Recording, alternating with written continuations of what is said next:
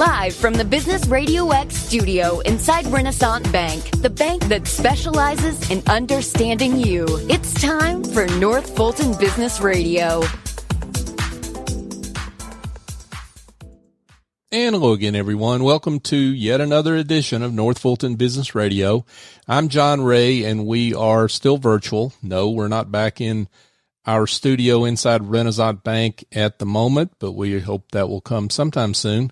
But in the meantime, folks, we'll be in touch on that. And also stay in touch with your folks at Renaissance. They've done a great job helping small businesses through this environment. And if you're in need of a better experience for your small business with your bank, check them out. Go see your Renaissance banker at the branch. You'll need to make an appointment.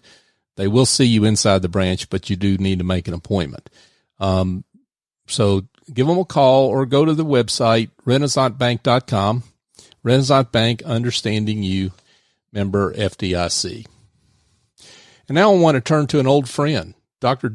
Dionne Poulton. And Dr. Dionne Poulton used to be around this area, but she bugged out on us. Right? I still have my home in Gwinnett. Okay. Well, that gives me hope, right? No, seriously, you're up to some good things in New England. You're now the Chief Diversity Officer at Care New England, right? That's right. Yeah. So, I'll let you introduce yourself. For those that don't know, you give a little overview of the world of Dr. Dionne Poulton.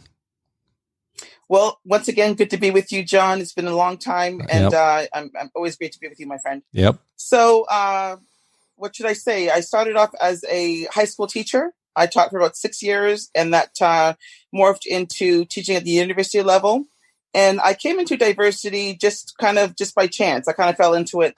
Long story short, I was teaching a grade 9 boys class and discovered that they were pretty successful in my class and not in others. And not because I lowered the standards, but because I realized there was something happening in that transaction. There was something I didn't know what it was. And that led me to do some research. So I did my master's degree in San Francisco, looking at the multicultural implications of education and how teacher comfort levels, and with respect to race as well.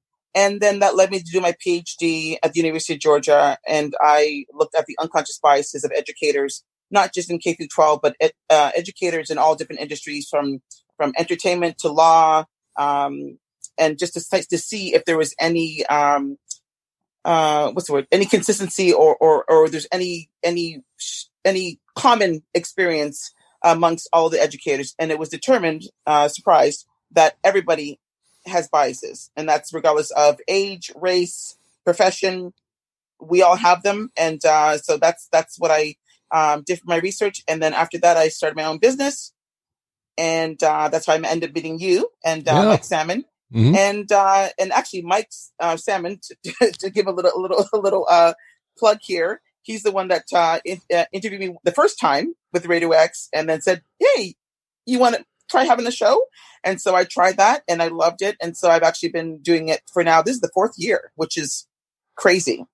So, yeah. But anyway, I credit both you and Mike, and I miss you guys. Well, we miss you, but we can connect with you, as you said, through your podcast. So it's the Dr. Dionne Show. And you've kind of engineered or energized that is the word I'm trying to get to here lately, and put out some more episodes. So congratulations on that. Thank you so much. Yeah, thanks, John. Yeah, and I think part of what you have done in that show is it really kind of lights the trail for those that don't know how to respond to all they see right now, and that is to ask questions and listen. Yes, that very simple yet rare art of asking questions, waiting for an answer, and listening. Absolutely, right. And that's one thing that you, especially in diversity, that's something that you have to do in order to get it right. One of the so people are going to think I'm like Dr. Dionne's PR person, but I want to push your book too. So I'm pushing your podcast, but also you've got a new book coming out and we won't get into that yet. But you wrote a book a few years ago called It's Not Always Racist, but Sometimes It Is, which I highly recommend to people if they have not read the book. And one of the things that you talk about in that book is the difference between racism and bias. Why don't you unpack that? Sure. And thanks for that. And I did that back in 2014, actually. And I wrote that book after the senseless killing of Trayvon Martin. Mm-hmm. And I was frustrated looking at the news and people talking about the incident and trivializing whether it was racist or whether it was not. And and I realized there needed to be some clarity in terms of terminology. So, and that was just three years after I got my doctorate at UGA in the same area. So nonetheless, I wrote the book. So racism, put simply through my research, you can think of an equation. It's called racism equals prejudice plus power. So it's prejudice plus power, meaning that person who has the prejudice has to have the ability to stop somebody else, whether physically, emotionally, socially, to achieve what they want to achieve their ideals. On the other hand, bias is just that. It's just bias. It's a prejudgment. And everybody has that. All of us have it, regardless of who we are, as I stated. And it's a natural brain function, so to speak. The brain naturally makes sense of the world by categorizing and compartmentalizing. So it's a natural function.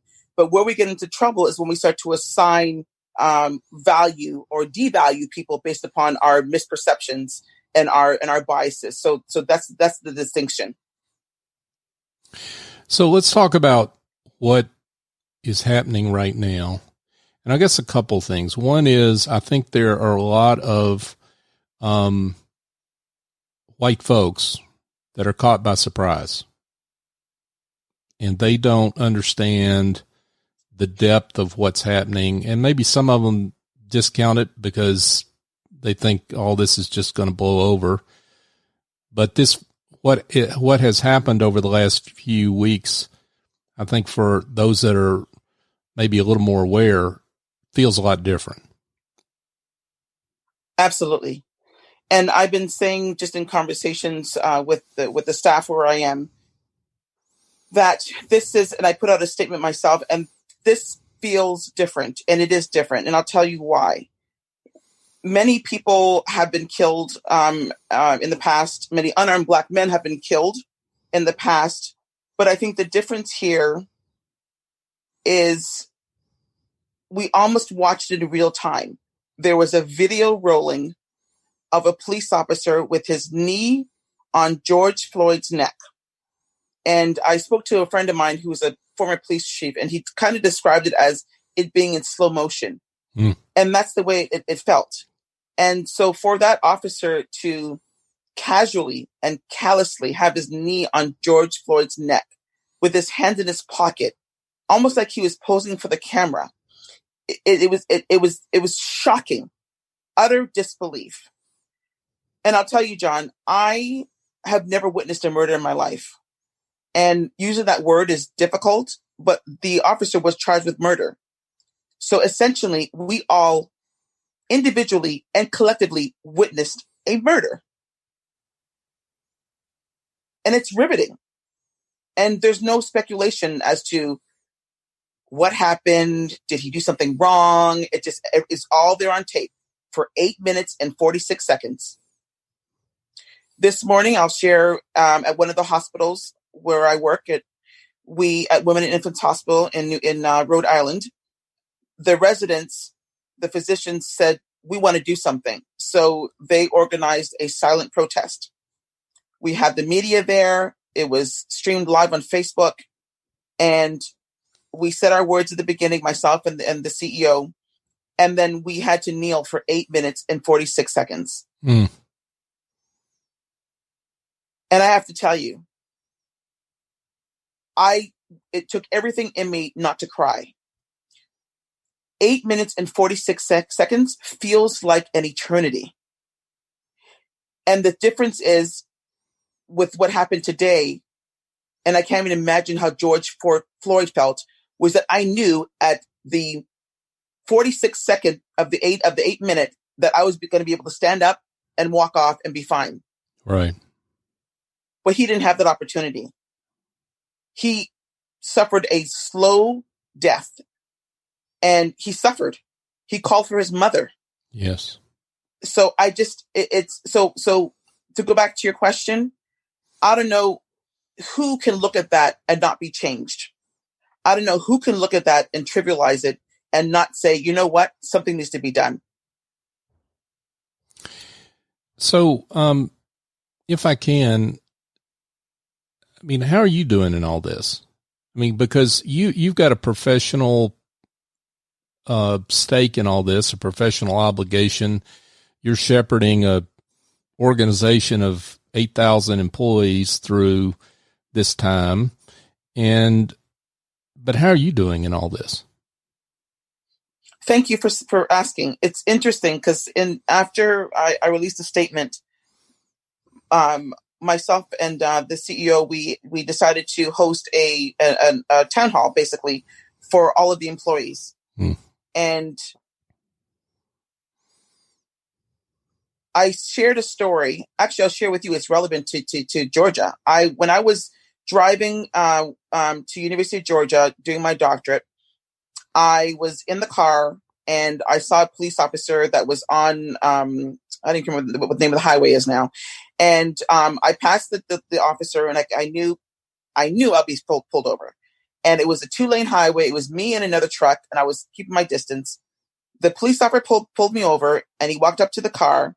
And I've been taught to kind of just be friendly and speak first. So the officer came and I said, "Hi, officer, how you doing?" He goes, you changed too close to that truck. And I'm thinking, sure, I did. And he goes, "Can I have your license?" I said, "Sure." I gave him my license. He checked me out. He came back and he goes, "Okay, you're good to go. No ticket, no warning, no nothing." Then I had to continue on to school. I had to sit in my class at UGA. Like that didn't happen. Like I wasn't terrified. Right. And I then had to focus on my schoolwork. And I share this story as I did with the employees because to use a social work term, people of color and Black people in this situation are forced to separate and function. We have to separate all of the junk that we go through in order to function and still be expected to function normally. So to go back to your question, it has been very difficult. And I think it is important for people to ask each other, how are you doing? And not just how are you doing and keep walking. It's how are you doing and wait for the answer. Actually ask. Right. And wait for the answer and be ready for the answer. And so I appreciate you. You're the second person to ask me this question, like really without being prompted. So thank you, John. And I'm doing okay. I have a great support system. I make sure that I laugh every day, even if it means putting on a comedy to laugh. I do that. I like to still work out. I listen to music. I just try to make sure that I spend time for myself, and my kids bring me joy as well. So that's how I survive this. But in addition to that, this is when you've been born to do something. This is in me. This is what I do, and it's what I love and what I believe I'm good at. So it doesn't feel like it's a job. This feels like it's an extension of why God put me on this earth. And a lot of, there's nobody that's white that understands the concept of racial trauma. I mean, let's just say that, right? So talk about racial trauma, talk about what incidents like this do to Black employees in the workplace and why it's a tough time for them right now, very tough time for them right now, to function normally at work. Like, I put it in that context because we're a business show and we got business owners listening to this show and company executives listening to the show. So maybe we can put it in that context. Sure. And so I'll put it in the context of just the work that I've done. So I knew it was important when we recognized what was happening. I knew it was important to put out a statement. I knew it was important for the employees to have an outlet with which to speak and to be heard. And I knew it was important to meet with the employees. And I've been doing a lot of just individual sessions with different departments. I can't even tell you how many hundreds of employees I've trained in the last couple of weeks. Mm. And in the context of a workplace, I will say to anyone listening who's the head of a company or a business, if you have not addressed this yet, you have failed your employees. Because again, it's the separate and function. If your employees, and I know with respect to COVID, where we're now at home and working remotely, but we're still being affected by that. And so the racial trauma that you just shared it's extremely difficult to separate. So, for example, when everyone saw George Floyd on the ground, basically. And as a Black person, I could not help but substitute and say, that could have been me. That could have been my husband. That could have been my brother. It could have been my cousin, my uncle, my nephews. And so it's hard to separate. And because it was so random and because he did nothing except perhaps maybe they think he passed a dummy $20 bill. Does that warrant him losing his life? Hmm. And so, and we also know, we look at Ahmaud, what's his last name? Sorry. Ahmaud, Arbery. Arbery, sorry. Mm-hmm. The gentleman who was jogging. Right. Here in Georgia. Mm-hmm. In Georgia. Mm-hmm. He was jogging. Right. How many times have I gone out jogging?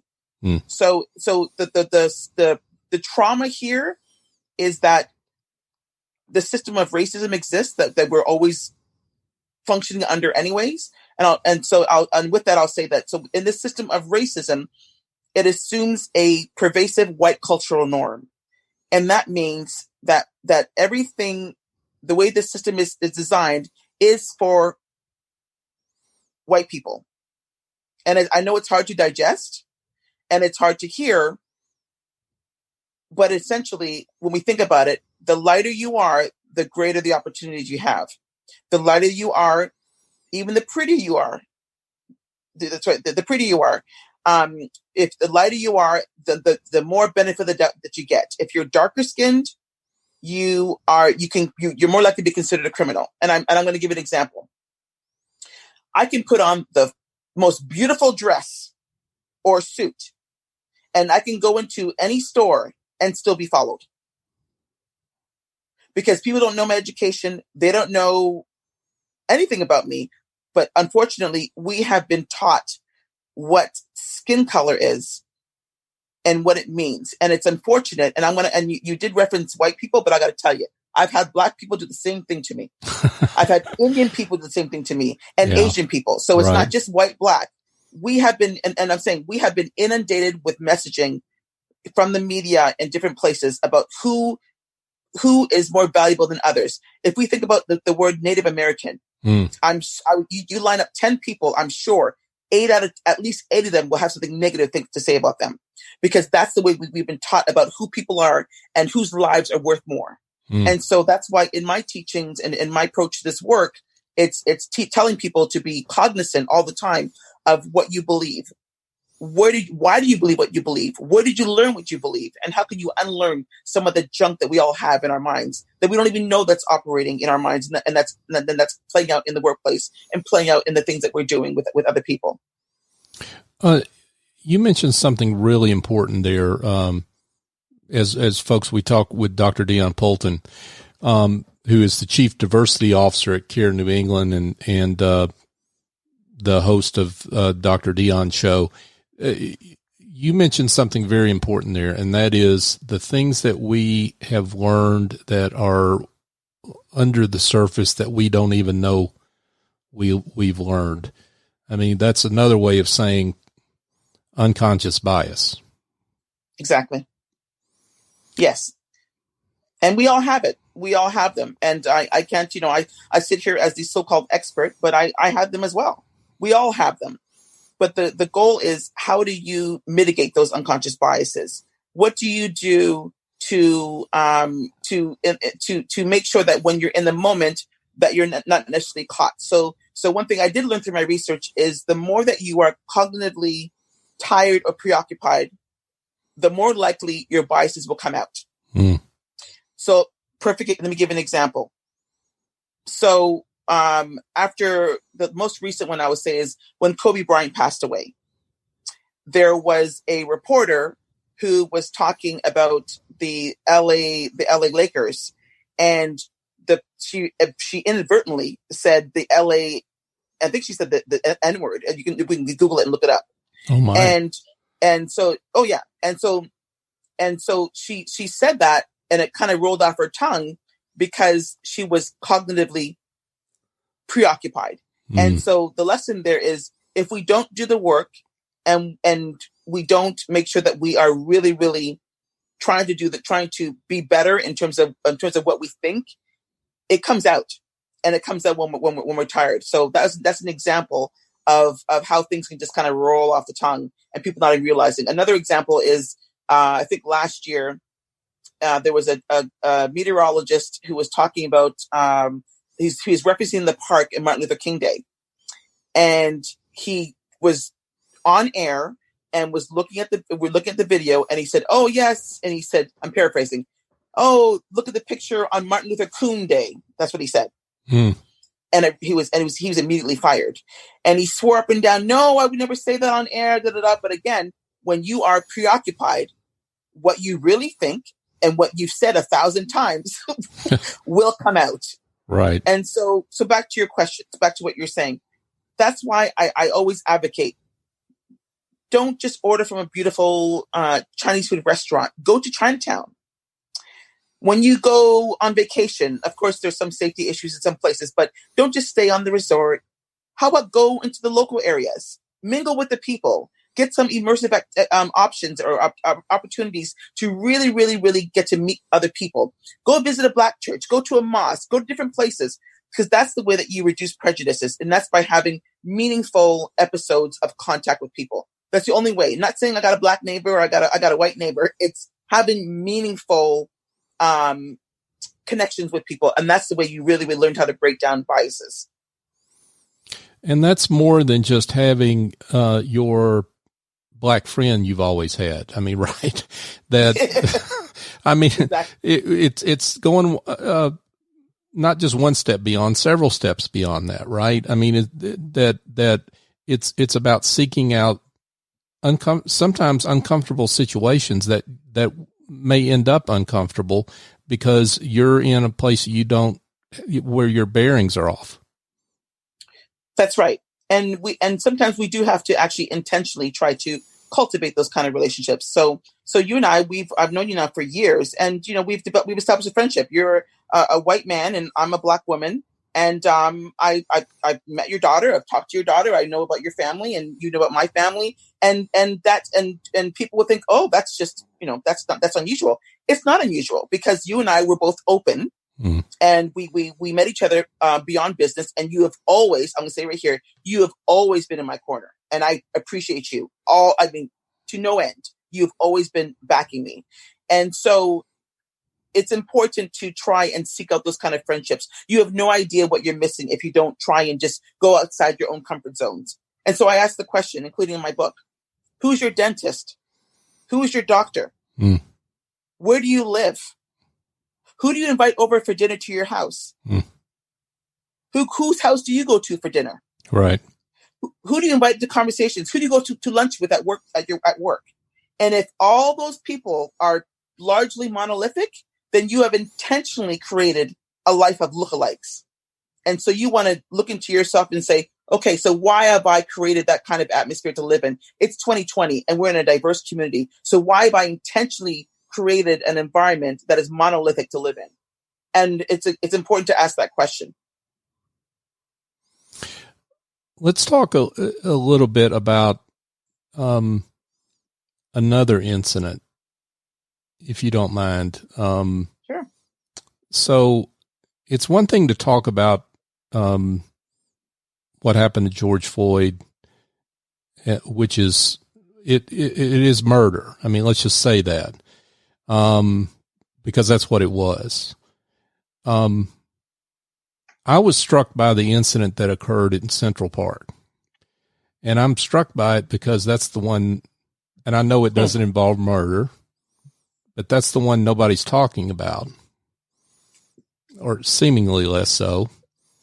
And that's the one that involves a situation where a white woman calls in, really weaponizes this man's race against him, black man's race against him.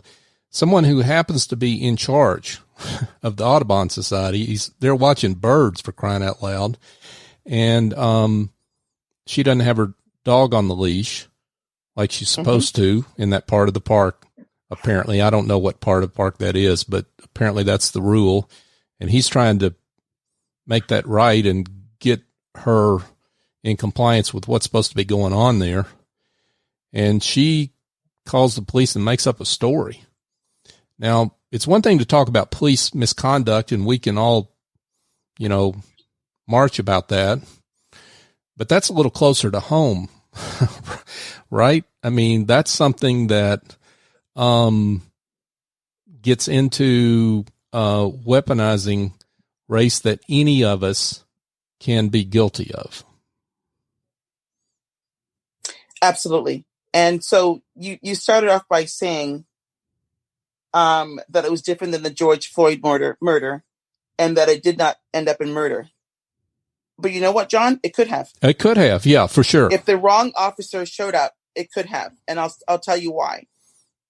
So that woman in Central Park knew her privilege. She knew, as a white woman, that if she called the police, that the police will show up and they will believe her over the black man.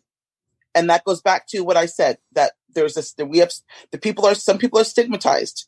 Some people are assumed criminals before we even know. We know his credentials. You just shared them, but not everyone sees that. They see the skin color and they decide, okay, white woman, black man. There's also a gender dynamic there as well. But if not for that video, it probably would have been very different. It probably would have been a different outcome. And what she did there was extremely scary. And we know historically that, and I'm just doing real talk here. Historically, a lot of people, black men, lost their lives because when white women said that black men did whatever to them, and Till came to mind, that was circulating a lot on Twitter. Sure. And that is it has happened historically. So that also. That incident also kind of ties to. I actually wrote an article in Forbes talking about the Starbucks issue, the same situation. So we had black men sitting in Starbucks, just mind their own business, and the white barista called the police, assuming that they were criminals, and. There's a parallel there. And one thing I mentioned that article because I said in that article that was not unconscious bias. That's another things that people kind of they get mixed up. That was conscious bias. She consciously saw those two black men in Starbucks, went to the phone and called the police. She did not do that unconsciously. Right. Much like the woman in Central Park. She actually she articulated, I'm going to call the police and tell them an African-American man is threatening me on camera. So that's you can't be more conscious. You can't be more aware of what you're doing. But then I'll just tie that back to the system and with racism. And that's the structure of racism that allows that to continue to happen. Because again, as I said, we live in a culture that assumes a white cultural norm. And it also assumes that white people are right. So when an officer shows up, the white person always gets the benefit of the doubt. And sorry to say it, but that's the case. And it's up to us as people of color to prove, no, you got it wrong. No, we didn't do anything wrong. So it's a very complex thing. And that goes back to the trauma that you asked about. It's when you live under that consistent and persistent state of what's going to happen now. Something going to happen to me. Is someone going to cross the street because they see me? When we follow in a store, someone going to lock their doors. Clutch their purse. I mean, it's daunting. It really can get exhausting.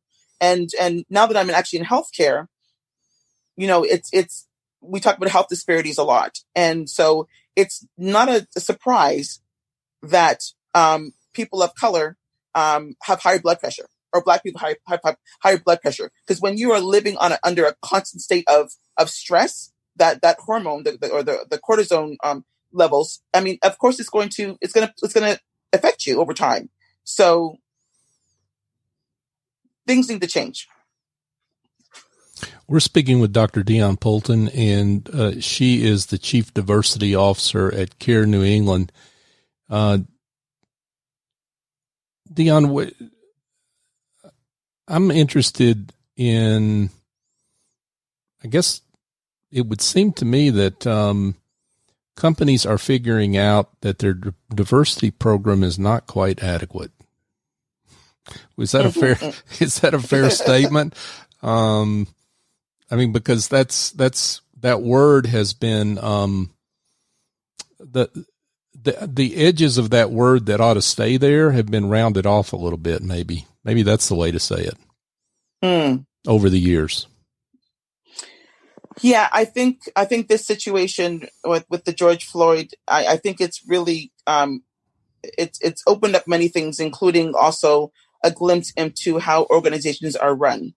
And it's 2020, and organizations, I know many of them have been kind of caught off guard because they never believed that diversity was really important. But we do know that the more research shows that the more diverse teams, the more diverse a team is, the more productive they are, the more innovative they are, and they also make more money. So from the business sense, for a company not to have diversity, you're actually missing the mark, and you're missing out on it's, first of all, it's the right thing to do to be inclusive, but you're also missing out on potential profits. Absolutely. Oh, and by the way, their stock outperforms. Let's throw that in there too. By the way, there you go. That's been documented too. So this is documented research we're talking about here. So exactly. Mm-hmm. Exactly.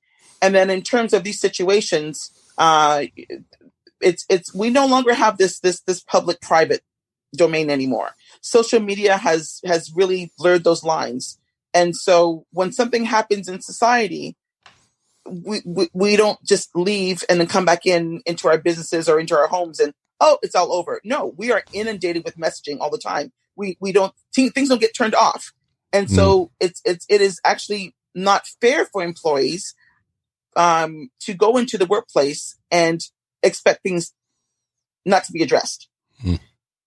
They can't just turn things off. They have to be able to go into the workplace and say, you know what, this is what happened, that's happening in society, and this is how it's affected me, because it affects your work. It affects how people do their job. And so that's why it's extremely important to make sure you have not just have a diversity person in place, but somebody who knows what they're doing. Because I've also seen situations where people just, I'm going to create the position, I'm going to just throw somebody in there. No, and I make the analogy, John. I say, so I pay the finances in my home. I handle all the bills. Mm-hmm. That does not mean that I'm qualified to be a chief financial officer, right? Yeah, sure. But many people assume, because I'm a person of color, or because I read this course, or because I read this book, that somehow I'm an expert. No, this is an actual position.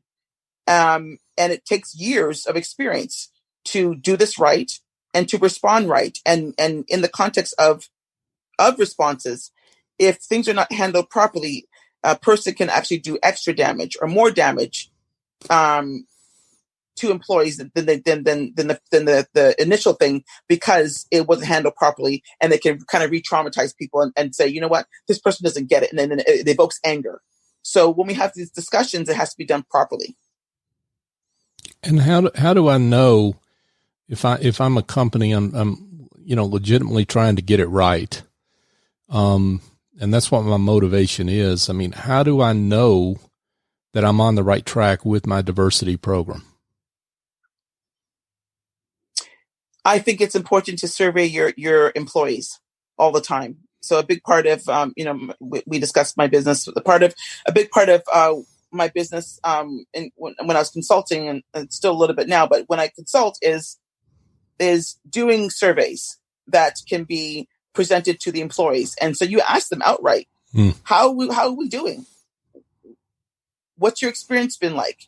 How are your managers responding to you? Are your managers equipped to handle diverse issues? There's a whole range of issues that can be asked, or questions that can be asked. And then when you look at the results, you have to look at the data and say, okay, what does that data mean? You have to analyze it and say, what does this data mean? And what are the implications for this data in terms of your procedures, your policies, your education, your training? And you can really get a picture of what's happening. And those results will also tell you the efficacy of the diversity person you have in place.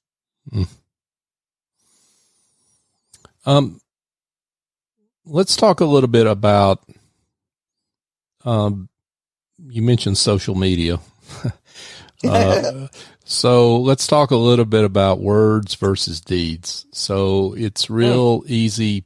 I mean, there's a whole lot of folks that are out there, posting about Black Lives Matter, companies that you never thought would post something like that, right? Posting, but it seems like those are words for some that may be popular in the moment, right? Or maybe they feel like they need to check that box. And so what about those companies that are seeking really to truly make a difference? What do you suggest for them beyond just the social media and posting the right message? Well, again, it's checking in with your employees and asking them, as you did, how are you doing?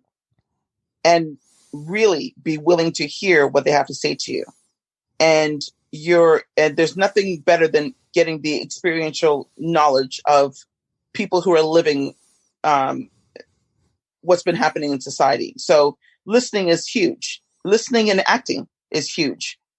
And just understanding that it's a marathon. It's not you're not gonna make these grand changes in one day and then all of a sudden you arrived and everything's fine. It's ongoing and things change all the time, and you have to pivot and be willing to be flexible. And a huge part, and I would say why it's important too, about the leader who leads this, they have to be really, really comfortable in their skin and really, really comfortable with being uncomfortable and being able to address conflict. And because if not, people sweep things under the rug all the time. And then next thing you know, you're faced with some kind of lawsuit because you have now created or sustained a hostile work environment for people of color and not just people of color, but LGBTQ community. You have to address these issues head on. I've had, this goes beyond just companies. So this is also, I think, about small business owners and how they relate to each other. Mm-hmm. I've had conversations with Black small business owners that say to me, has it ever occurred to you why I don't have my picture on my business card? Because because I'm concerned about that I might not get that call, for my services or for my product. Right. And those are eye-opening conversations. And so part of it, even if you're a small business owner, there's a place for those conversations, right? I mean, you're not off the hook just because you don't have a lot of employees and diverse group of employees. Yeah, that's really tough, and I identify with that. So when I was starting off with my business, it was difficult, and I did actually go back and forth. But I said, you know what? I'm speaking for myself. Mm-hmm. I said, you know what? I'm going to just put my picture there. I'm going to just say, this is who I am. I'm not going to deny who I am. And quite frankly, if someone doesn't want to do business with me because of how I look, then I don't even want your money. Like not all money is good in my opinion. And so I'm saying that I'm thinking back to when, like, as a so-called hungry entrepreneur and just starting out, I can see that retrospectively. But ultimately I think people have to do things within their own comfort zone and whatever makes them feel okay. I remember attending a conference, and there was a Black woman who owned a business, and she was married to a white man. I remember her saying that she would send her white husband to get the contracts initially. Mm. And then they would recognize over time that she was behind the scenes, or that she was actually the owner. And I get it. And it makes sense, because unfortunately, again, people have the assumption, oh, it's Black owned. Oh, it cannot be run well. Oh, they must be, they're not above board. I mean, there's all these stereotypes that play into it. So I totally get it. But over time, it got exhausting. And I said, you know what? I'm put it out there. And I ended up meeting people like you. And I had a very thriving and successful consulting business. Well, I guess and I'm coming at it from the point of view of a white man. I mean, I'm challenging folks that are white that are small business owners to go have those conversations with their Black fellow small business owners, and to understand some of the things that they deal with that are exhausting, that you as a white business owner do not have to deal with. As tough as what you think you've got, there are some things you don't have to deal with. And that's true. And I think we've had these conversations. We had a similar conversation, but I know you're the expert in terms of setting your pay, right? Pricing, or your rate, right? And we've had discussions because Mm-hmm. This is another extension of this conversation is because you're Black owned business, that people want to lowball you, right? And that happened over and over again. And then eventually it's like, you know what? I know my worth. I know what I have to offer.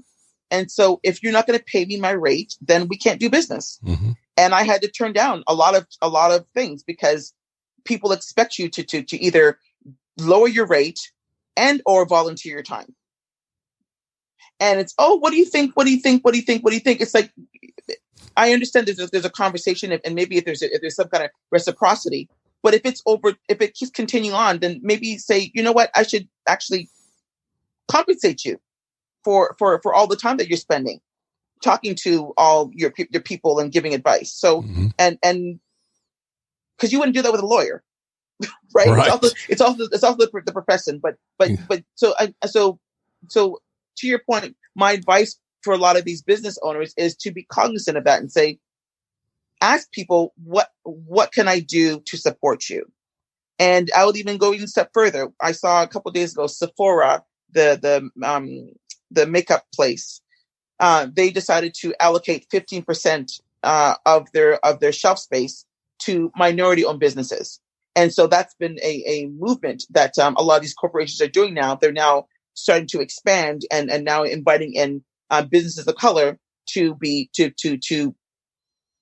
sold in through their businesses. So the same can be done in terms of in this context, because there are a lot of really incredible people doing great work, running great businesses, and they just happen to be of color.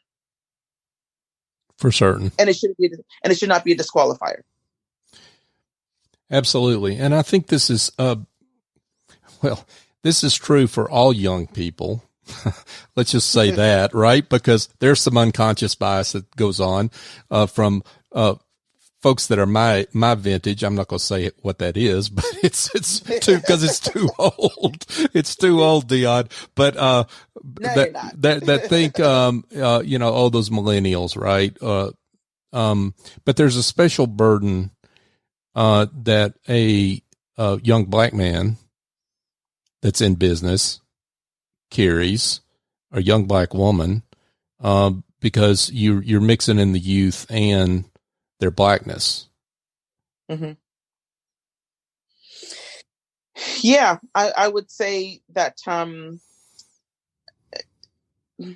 Well, I can talk about my oldest daughter. She's 16, and she's I think she's not a millennial. I think she's a Gen Z, but she gets it.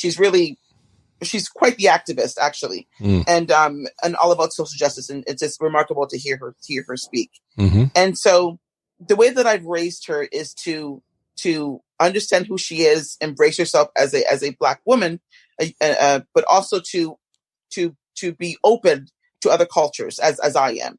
And so, speaking to her, she has, every type of person you can think of as friends, including also people from the LGBTQ community. Like she just has she's an open heart, and in fact, both my girls, and I love that.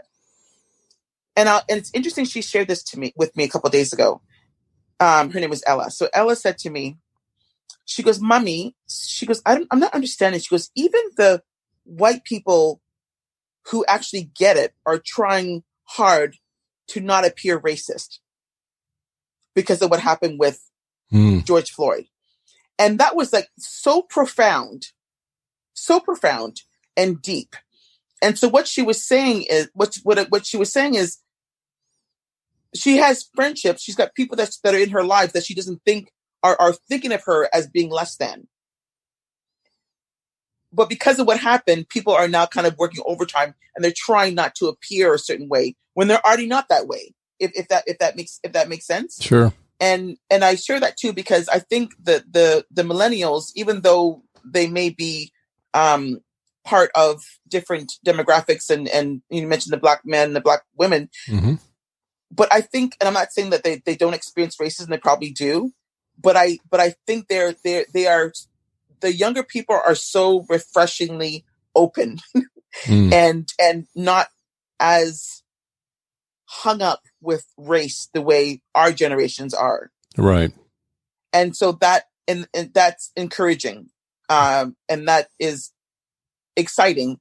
And then that's indicative. We can see that's indicative of how people are marching. You can see just how diverse people are marching in the streets, the protests. We have all different types of people that are marching and kneeling, and even police officers, and conversations. And it's not even along racial lines. And I think I start off by saying, what happened there? This is right or wrong.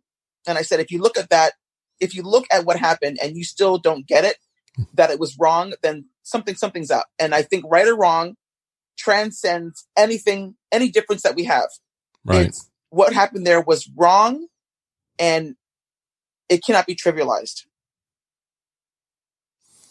We're speaking with Dr. Dionne Poulton, and she is the Chief Diversity Officer at CARE New England and the author of a forthcoming book that she won't let me get into right now, but I'm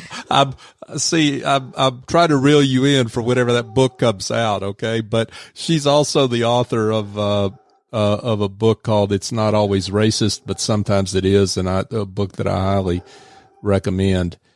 Dionne, this has been great, and you're obviously extraordinarily busy right now, and I really appreciate your time being here.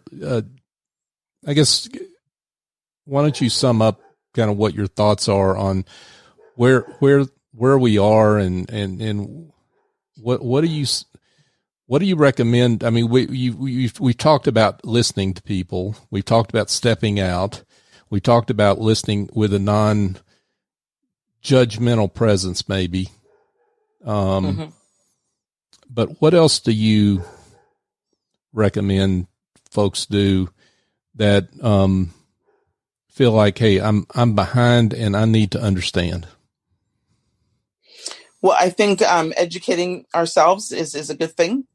Continue reading and just seeking out opportunities to talk to people, different people, because I do think that you can learn a lot more from the personal anecdotes of people than just going to a book and just and just reading it. So engaging in conversations and coming to these conversations curious and saying, you know what, I don't have all the answers. Can I talk to you? I'm curious to know what.